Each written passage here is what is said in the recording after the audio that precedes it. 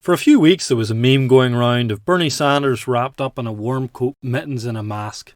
He seemed to be appearing everywhere, slightly out of place. There's nothing really too strange or out of place about an older man dressing appropriately for the weather. But the joke started because apparently he did look quite out of place even in his original context. It was at the inauguration of President Joe Biden, where all the important people appear and generally dress up to look even more important. Bernie looked cold, vulnerable, old. That's not how to look powerful or important. He looked out of place. At an event like an inauguration, who exactly attends, how many attend, those are the things that apparently keep presidents up at night. The world, and those concerned with the praise of the world, want to look important and be remembered as important for generations to come. So it's kind of ironic that the takeaway image and the most remembered person from a day full of pomp and circumstance was not the person who wanted the attention or the recognition, but the person who cared less about how they looked and really just wanted to be warm. Looking back almost 2,000 years, the pomp and the desire for recognition wasn't much different from how it is today. In today's section, a few characters are trying very hard to be impressive and to be the kind of dignitaries that will be remembered for centuries to come. Perhaps a little bit like how the 2021 American presidential inauguration will be remembered for mittens and a mask. Festus and Agrippa are only really remembered because of their interaction with a then nobody, the Christian apostle called Paul. Let's listen to David Suchet read to us from Acts chapter 25, verses 13 to 27. A few days later, King Agrippa and Bernice arrived at Caesarea to pay their respects to Festus. Since they were spending many days there, Festus discussed Paul's case with the king. He said, "There is a man here whom Felix left as a prisoner. When I went to Jerusalem, the chief priests and the elders of the Jews brought charges against him and asked that he be condemned. I told them that it is not the Roman custom to hand over anyone before they have faced their accusers and have had an opportunity to defend themselves against the charges. When they came here with me, I did not delay the case, but convened the court the next day and ordered the man to be brought in. When his accusers got up to speak, they did not charge him with any of the crimes I had expected. Instead, they had some points of dispute with him about their own religion and about a dead man named Jesus, whom Paul claimed was alive. I was at a loss how to investigate such matters, so I asked if he would be willing to go to Jerusalem and stand trial there on these charges. But when Paul made his appeal to be held over for the emperor's decision, I ordered him to be held until I could send him to Caesar." Then Agrippa said to Festus, "I would like to hear this man myself." He replied, "Tomorrow you will hear him." The next day, Agrippa and Bernice came with great pomp and entered the audience room with the high-ranking military officers and the prominent men of the city. At the command of Festus, Paul was brought in. Festus said, "King Agrippa, and all who are present with us, you see this man. The whole Jewish community has petitioned me about him in Jerusalem and here in Caesarea, shouting that he ought not to live any longer. I found he had done nothing deserving of death, but because he made his appeal to the emperor, I decided to send him to Rome. But I have nothing definite to write to his majesty about him. Therefore, I have brought him before all of you, and especially before you, King Agrippa, so that as a result of this investigation, I may have something to write. For I think it unreasonable to send a prisoner on to Rome without specifying the charges against him." Luke writes in verse 13 that King Agrippa and his sister Bernice arrive in Caesarea to pay their respects to Festus. Festus was new. This was all within the first couple of weeks from when Festus took up the role of Roman procurator, or governor, replacing Felix before him.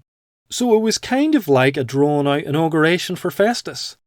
Agrippa and Bernice were coming to welcome him into the office and wish him well for his term ahead, however long that might be. And it would be important to keep good relations. It was for their mutual benefit.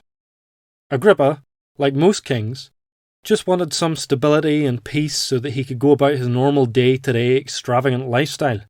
He also, I'm sure, saw Festus as a networking opportunity. Agrippa had his connections to Rome already, but from his perspective, the more friends and high places, the better.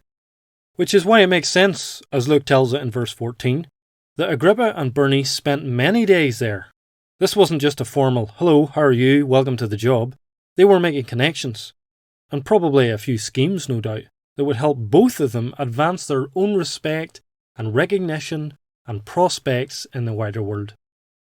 At this point in history, Agrippa was a bit of a rising star, or should I say, Marcus Julius Agrippa, which is what he called himself on his coins, using his name as a Roman citizen.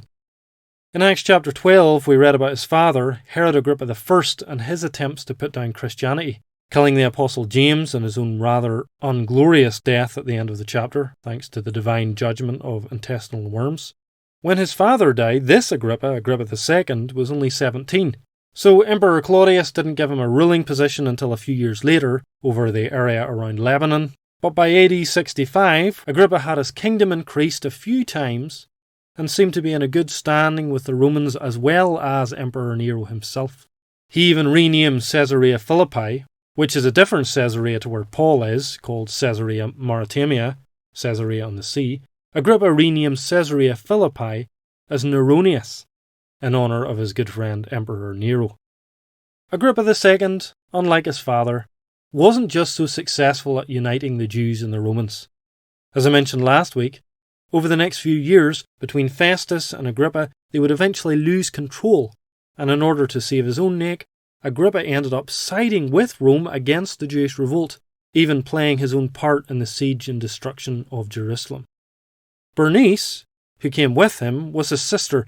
She was Agrippa I's eldest daughter. If you thought the younger sister Drusilla, which we met last chapter, had odd or bad marriages, well, Bernice was much worse. Her father, Agrippa I, married her off at age 13. After the death of her first husband, her father remarried her to his own brother, who left her a widow for the second time at age 20 with 2 children. Then, aside from a brief marriage to the king of Cilicia, she then lived with her brother Agrippa here, until the time later when she would go on to have a very public affair with the warrior Emperor Titus during the siege and destruction of Jerusalem. Much, of course, to the political interests of her brother Agrippa II. Her adultery became something of a symbol of the adultery between Israel and the world, Israel and Rome. In John's Revelation chapter 17, she is, in fact, the original woman that rides the beast and everything that symbolised, the whore of Babylon. I haven't seen Game of Thrones, but it's possible George R.R. Martin got inspiration from Bernice for one of his characters. Bernice, and even more so Agrippa, spent their lives as Jews flirting with the Roman culture, aspiring to greater things, to kings and to thrones and to kingdoms. So Festus, after welcoming them, would have been a fool to miss the opportunity to quiz them about what to do with Paul. Paul was Jewish like them, and he was a Roman like them, but they also had a good understanding of what it meant to be a follower of the way, aka a Christian. At the beginning of the next chapter, Paul says in his opening statement in court, King Agrippa, I consider myself fortunate to stand before you today as I make my defence against all the accusations of the Jews, and especially so because you are well acquainted with all the Jewish customs and controversies. From how Festus explains Paul to Agrippa and Bernice, it's clear he himself is pretty ignorant about those Jewish customs and controversies, never mind the specifics of Christianity. Luke writes in verse 18 to 19, Festus explained to Agrippa and Bernice, speaking of Paul, when his accusers got up to speak, they did not charge him with any of the crimes I had expected. Instead, they had some points of dispute with him about their own religion and about a dead man named Jesus whom Paul claimed was alive. A dead man named Jesus whom Paul claimed was alive. In other words, Festus was saying, Look, Agrippa, I'm new around here. I could use a little help in understanding what on earth is going on. Maybe Festus thought that it might be all resolved in a private conversation, but Agrippa and Bernice seemed to have other plans, and they weren't low-key. How then, in verse 23 and following, that Luke describes the audience the next day is meant to be slightly comical. Everything is so ridiculously over the top it's laughable. The great pomp, the high-ranking military officers and the prominent men of the city. What a show. And Festus, who was technically the Roman superior, deferring to the superior judgment of Herod Agrippa. It was all contrived to make Herod Agrippa, along with his beautiful sister Bernice at his side, look like the most important man in the room. Which of course also made him the most important man in the country. I suppose after all, as far as he was concerned, he was the real, living King of the Jews. The account is intended to be slightly comical by Luke because, in the end, as I'm sure Luke was aware as he wrote the book of Acts as a believer in the everlasting kingdom of Christ, the most famous man in the room, the biggest celebrity, ended up being the little Apostle Paul. A bit like Bernie Sanders at the 2021 inauguration. It's slightly comical and ironic. Most people haven't even heard of the other characters.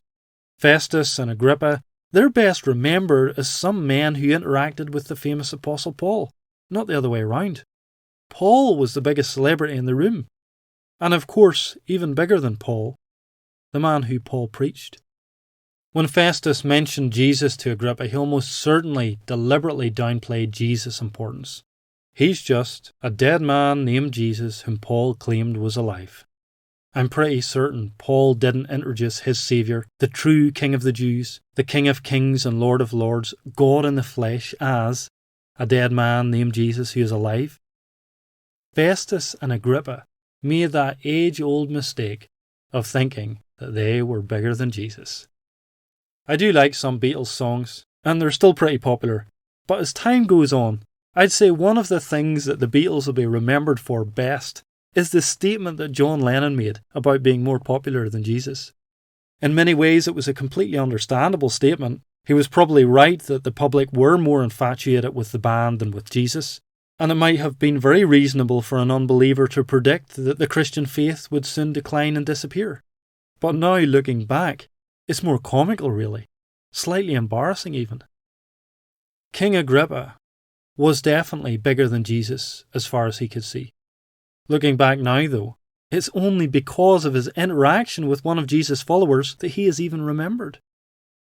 He maybe was the biggest guy in the room that day, or so it seemed. But after the dust settled, even from a purely human historical perspective, he's only a very minor character. Whether it is kings in the ancient Near East, or rock bands, or modern politicians or presidents, there is only really one name which will forever be remembered.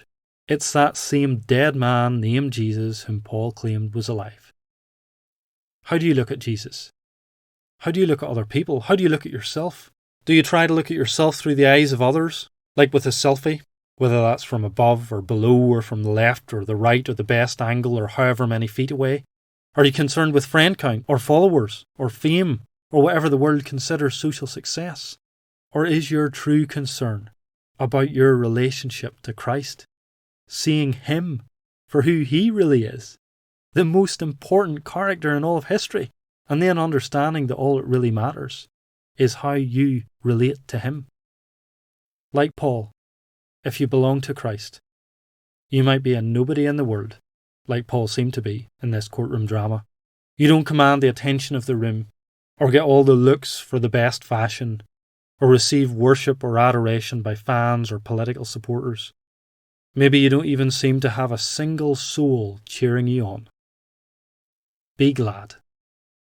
Because when every celebrity is forgotten, when every kingdom and government has come and gone, there will be one name that will be remembered and honoured, and all who belong to Him will share in that honour and be remembered by Him on the day of resurrection and judgment, the day when He will come to redeem and vindicate and glorify everyone who has put their trust in Him, the day when the real King of the Jews walks in, the day when the King of all creation, King Jesus, returns to claim the prize for which He died, the inheritance of nations, men, women, children, believers, throughout history, who have believed in that same dead man named Jesus, whom Paul claimed was alive, and put their trust in him, and followed him, and told others about him, not just any man, but the greatest man, the King